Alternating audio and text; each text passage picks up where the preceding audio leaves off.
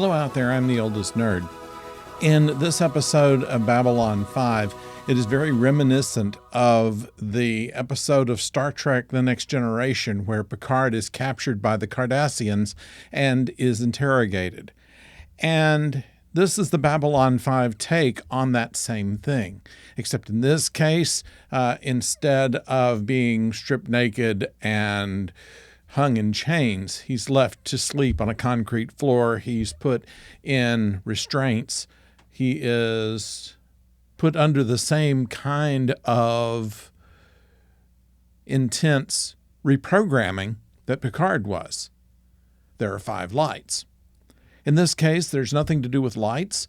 There's nothing to do with making him believe anything that does not actually exist, but rather just to persuade him that it's in his best interest to side with them. It's a very intense episode. Through the end, we see that Sheridan does not give in, even if it meant the possible death of someone because of him. And the twist at the end, where he's put into room 17, presumably to be executed, just has another interrogator asking the same questions.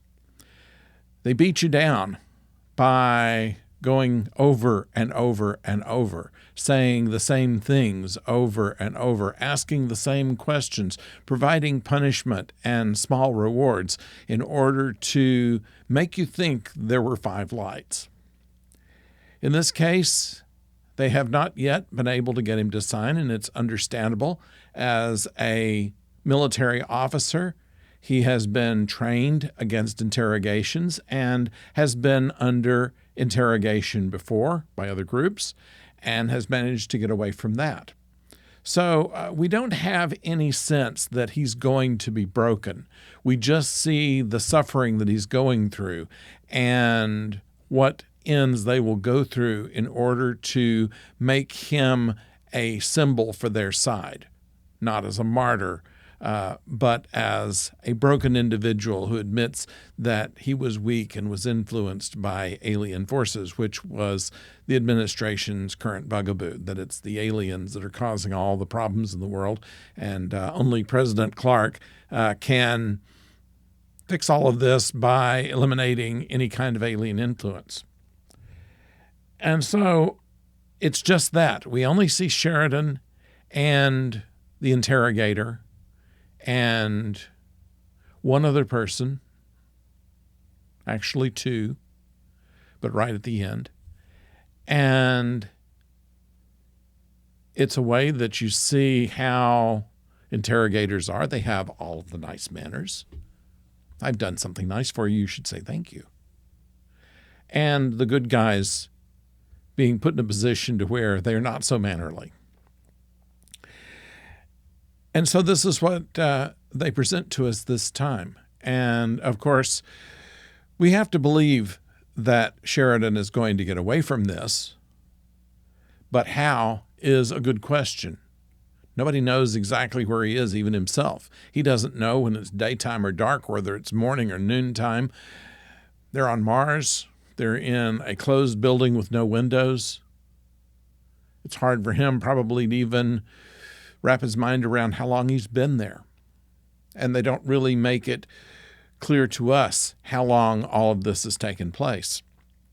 The only thing that we know at the end of this is that Sheridan has been unbroken, much to the consternation of the interrogator, who says on multiple occasions that Sheridan's only a name and a number to him, a case file, nothing that he concerns himself with, and yet he seems more concerned. At least he uses that in order to try to get Sheridan to side with him, side with the government line. He manipulates language to talk about how truth is transitory, how it can change over time depending on events, and indicates that he would be hypocritical if he didn't believe that perhaps events have changed his mind this time, not necessarily providing with the real truth, but just the truth that he believes. All of this is meant to break him down. All of this is meant to gaslight him. All of this is made to make him doubt that his resolve is the right way to go. And so far, they haven't been able to do that to him. So that's been the entire episode. And you have to give kudos to both the character of the interrogator and to Sheridan in showing just how this works. And this kind of interrogation goes on by all sides, by the intelligence agencies, by the military, by governments. And I don't know how effective they are. We're not going to answer that question here. I don't think they know how effective they are.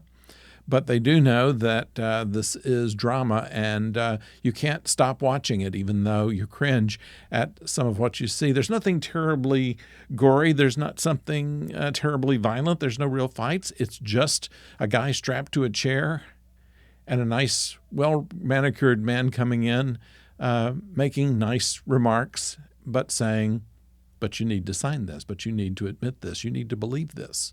We need to break you. That's what I have on this. A program note for you, we are going to suspend our Deep Space Nine review until next week. This week, we are working on taxes, and it is a little more involved than it usually is for some reason, so it's going to take a good deal of my time. So next week, we have a lot of things to talk about. We'll have the first episode of the new season of Doctor Who. We have...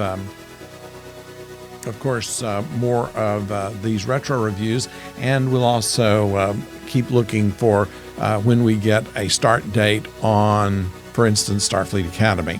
Right now, we know that Strange New Worlds will be coming back this summer, and we're excited about that, probably in August.